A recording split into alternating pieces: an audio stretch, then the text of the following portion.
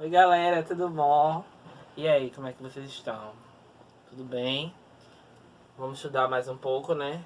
Hoje a gente vai para a produção textual. O gênero textual ata, tá? Ou seja, como é que a gente vai redigir um texto de uma determinada um determinado acontecimento ou um determinado evento que possa acontecer, certo? Vamos lá desvendar um pouquinho sobre esse gênero textual.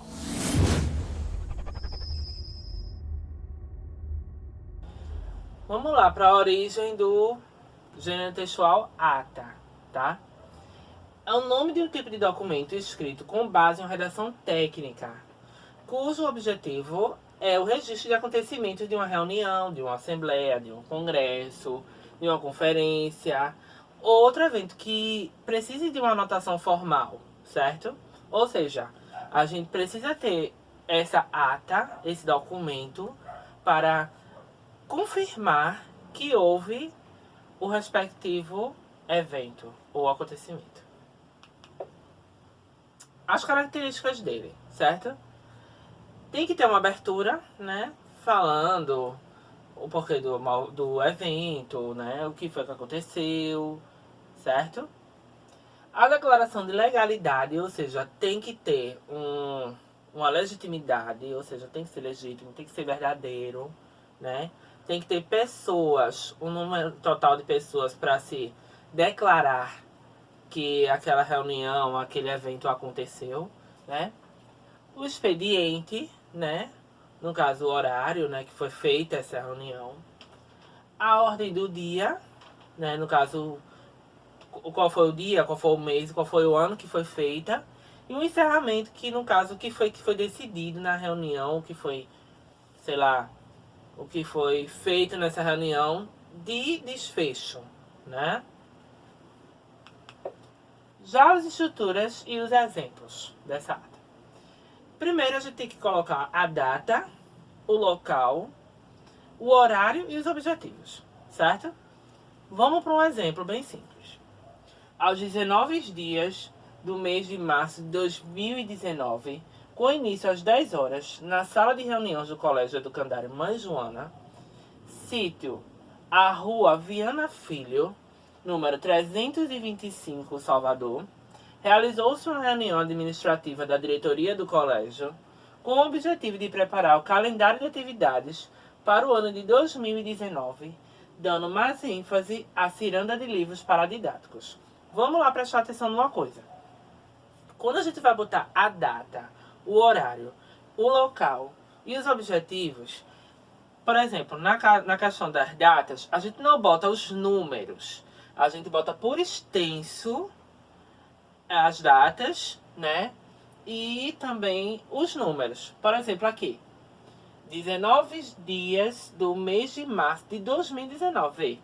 Eu poderia colocar, né? Se fosse o caso, os números 19 do 3 de 2019. Mas não, eu tenho que escrever por extenso tudo que está sendo discriminado em questão de números, tá? A mesma coisa é aqui. Número 325. Eu não posso botar o número, o algarismo 325. Eu tenho que botar escrever por extenso o número. Ou seja, escrever 325, certo? Vamos lá. O presidente, a secretária da reunião e as pessoas presentes. Isso é um exemplo, tá? A reunião foi presidida pela diretora do colégio, senhora Maria Joana das Mercês, tendo como secretária a senhora Betina de Assis, e contou com a participação de 12 professores e 3 conselheiros. Ou seja, as pessoas que estavam nessa reunião, né? No caso, a declaração de legitimidade é isso. Saber quantas pessoas estavam presentes e se poderia ser legal essa reunião, certo? Já o relato da reunião propriamente dita, vamos lá. Inicialmente, a senhora Maria Joana das Mercês solicitou ao vice-presidente, senhora Maria de Nazaré, que apresentasse o calendário elaborado para que os presentes tivessem seu conhecimento. Foi esclarecido que a meta do ano em curso é aumentar a participação dos alunos na ciranda de livros paradidáticos. Após serem ouvidas as variadas sugestões, a presidente da reunião solicitou que fosse votado o calendário apresentado, submetido às sugestões oferecidas, para que se chegasse a um consenso, o qual seria posteriormente divulgado no próprio colégio, bem como nos diários dos discentes. Quem são os discentes, professor? Os alunos, vocês que estão aí em casa. A gente pode chamar vocês de discentes, tá? É um sinônimo de alunos, tá ok? Após debatidas as sugestões apresentadas, obteve-se democraticamente uma conclusão que foi considerada excelente. Vejam, então, se falou da reunião de uma forma geral, né, o desenvolvimento da reunião e o que foi decidido nessa reunião, certo? O que não pode ter na ata, já que ela é um documento formal de técnica, não se pode ter na ata essas questões aqui. Vamos lá para elas. Parágrafos ou alíneas. Parágrafos, a gente não pode delimitar o texto, certo? A gente tem que deixar ele discorrido. Só tem um parágrafo. A gente vai botando as pontuações, né? E de acordo com o que a gente vai escrevendo, a gente vai fazendo o texto discorrido. Não precisa ser aquele texto como se fosse uma redação, né? Abreviaturas de palavras ou expressões. Por exemplo, quando eu digo a palavra você, eu não posso botar VC. Por exemplo, uma palavra que a gente abrevia, sei lá,